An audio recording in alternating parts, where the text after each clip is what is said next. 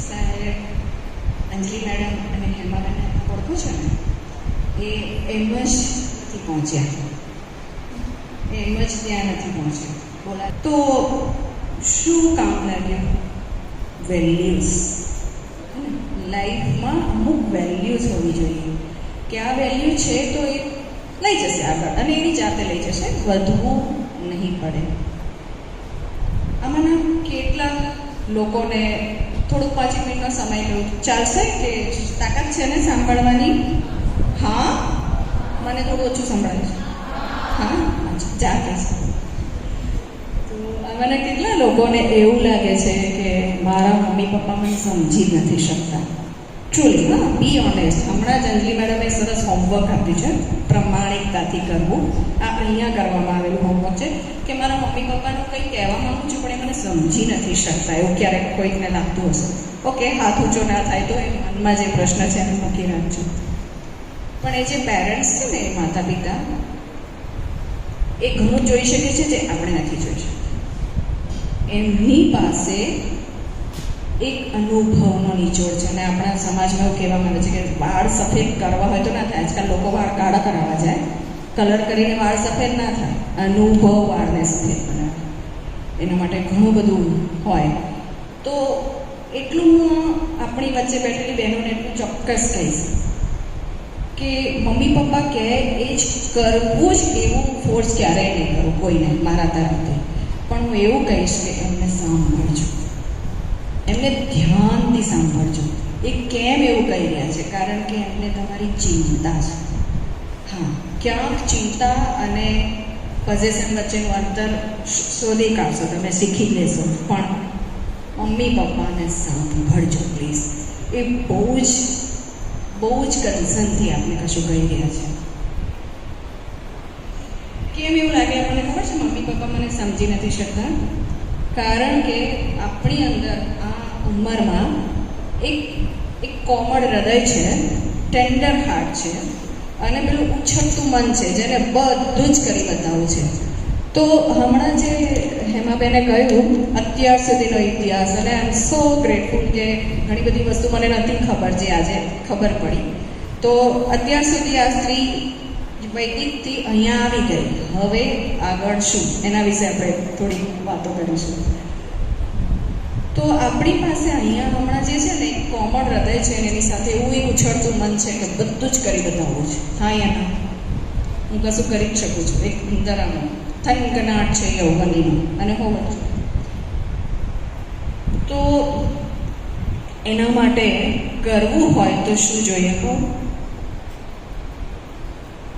એ કોમળ હૃદય અને ઉછળતા મનને સમજવું હોય અથવા એને સાચવીને આગળ વધવું હોય તો જીવનમાં એક સ્માર્ટ ગોલ જોઈએ.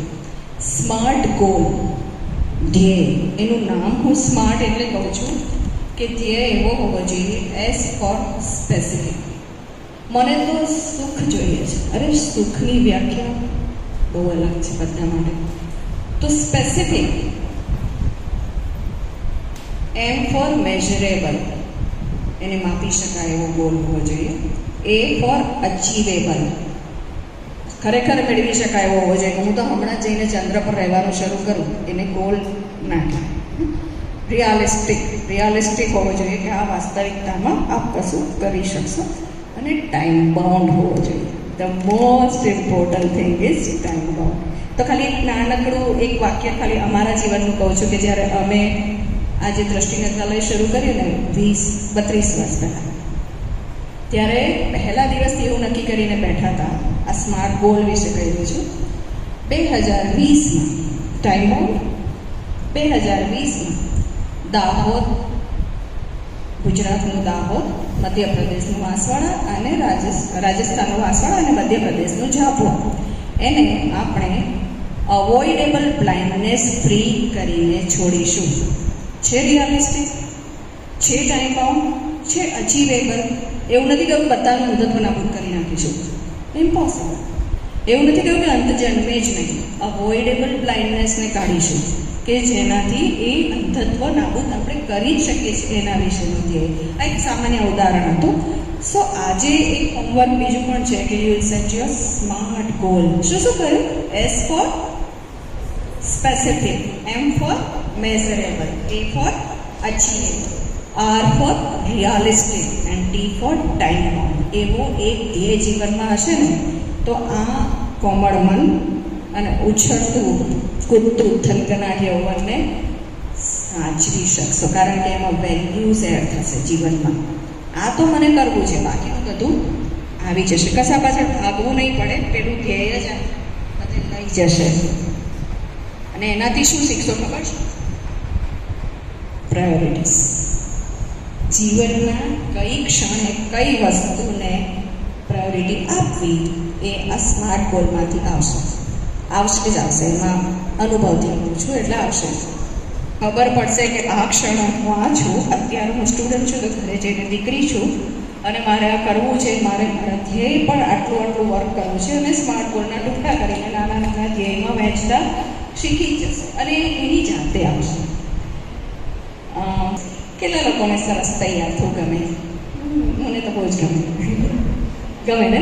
દરેક સ્ત્રીને, દરેક છોકરીમાં સૌંદર્ય તો એનું અંગ છે ને. તો આજથી એવું પણ ક્યારેક કરજો કે આજે હું મારા માટે તૈયાર થઈશ. કરશો બધા? આજે હું મારા માટે તૈયાર થઈને મિરરમાં જોઈશ. આમ આ હમણાં સિરિયલ્સમાં, વેબ સિરીઝમાં શું આવે? Date, right? ડેટ. તો આજે કોને ડેટ આપીશું? પોતાની જાતને આજે ડેટ આપી. દિવસમાં એવું 10 મિનિટ રાખજો, પોતાની જાતને ડેટ આપજો. બાકીની બધી ડેટ સુધરી જશે. બાકીની ડેટ ક્યાંય ફસાશો નહીં, કારણ કે જાતને ડેટ આપતા શીખી જશો. તો દિવસમાં એકવાર ડેટ આપજો. એને મનન, ચિંતન, ધ્યાન, સાધના, યોગા, માત્ર સિમ્પલ તૈયાર થઈને મિરરમાં બેસીને વાત કરવી, જે પણ રીત આપણે અનુકૂળ હોય તે પણ આપજો એક થોડી ક્ષણ. અને હમણાં જે ચાલી રહ્યું છે, જે હમણાં આપણને આપવામાં આવ્યું કે જેન્ડર ઇક્વાલિટી, એ બહુ જ સરસ આઈડિયા છે.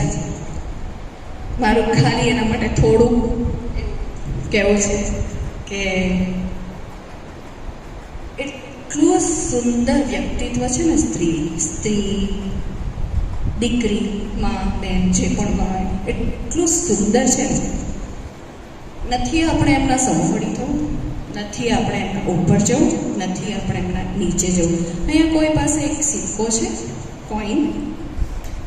થેન્ક યુ સો મચ, ખૂબ ખૂબ આભાર. આ એક સિક્કો છે ને. અચ્છા, કેટલાને છાપ જોઈએ છે? હાથો ઉપર કરશો. ઓકે. કેટલાને મડમ જોઈએ છે? આ શબ્દ તો ખબર છે ને, કિંગ એન્ડ ટેન ના? ઓકે, છાપ આવી ગઈ. કોણે છાપ માટે હાથ ઉપર કર્યો? છાપ આવી. Please come here, come here, come here.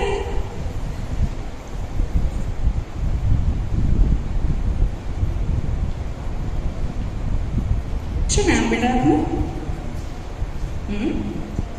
જ્યાં હું પણ ચાલજો. છાપ આવી, ઉઠાઈ લે. મેં માત્ર છાપ ઉઠાવવાની કહી. છાપ આવી તને મળી, ઉઠાવ.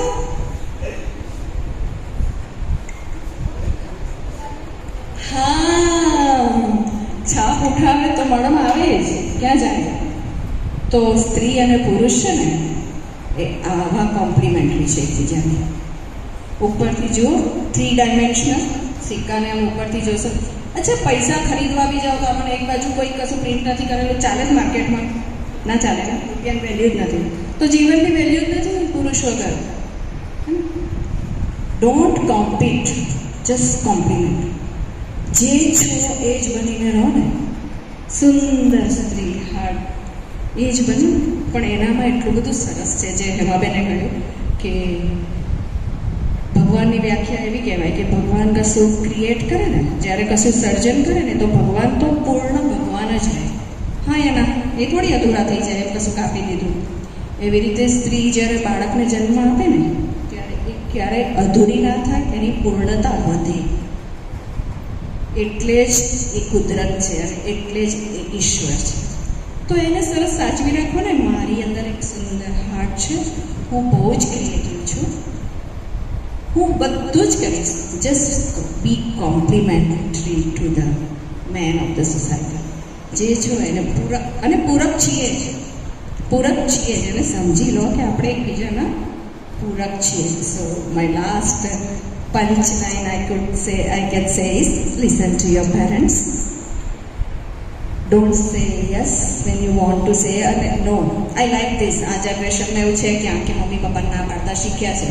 હા, ખાલી એ ના પાછળ ઉદ્ધતતા નથી ને એટલું જોઈ લેજો. મને આ ગમે છે એવું મમ્મી પપ્પાને સમજાવશો તો એ સમજશે, કારણ કે એ પણ ભૂતકાળની દીકરી હતા જ. તો don't say yes when you want to say no. Have definite value system in your life. Have smart goal અને બી યુ. જે છો તેને જ સહજતાથી બનીને રહો. બાકી એની જાતે જે જોઈએ છે તે મળી જશે. એક ચાન્સ મળ્યો છે, ખાલી એક રિક્વેસ્ટ લઈશ. જીવનમાં ક્યાંય એક ખૂણો 5%, જેમ મેં પોતાની જાતને ડેટ આપવાની કહીને એવી એક બીજી ડેટ આપવાની છે સેવાની. 10 મિનિટ સેવા કરજો. જે ગમે તે, જ્યાં જે કરી શકો તે, એ તમારી અંદરની વેલ્યુ સિસ્ટમને બોન્ડ સ્ટ્રોંગ કરી નાખશે. તો સેવા માટે 10 મિનિટ્સ કાઢજો. પછી જે કરવું પડે, કોઈ દિવસ મમ્મીને મદદ કરી રસ્તે જતાને જે રાતના મારા ઘરે એક સરસ બાઉલ બનાવ્યો છે મેં, અને સ્ટોન્સ છે. એક બાજુ એ સ્ટોન્સને સરસ જગ રાખ્યો છે જેનામાં પાણી છે, એમાં એક મની પ્લાન્ટ ઉગાડ્યો છે, અને બીજી બાજુ ડ્રાય સ્ટોન છે. બહુ બધા કલરફુલ સ્ટોન્સ છે. હું રાત્રે સૂતી વખતે શું કરું છું કે બસ આજે મને ભગવાને શું આપ્યું, જે મારા હકનું જ નહોતું, હું માનતી જ નથી, એનો એક સ્ટોન પાણીમાં. એવા રોજ ક્યારેક 5-6 સ્ટોન. જસ્ટ બી ગ્રેટફુલ.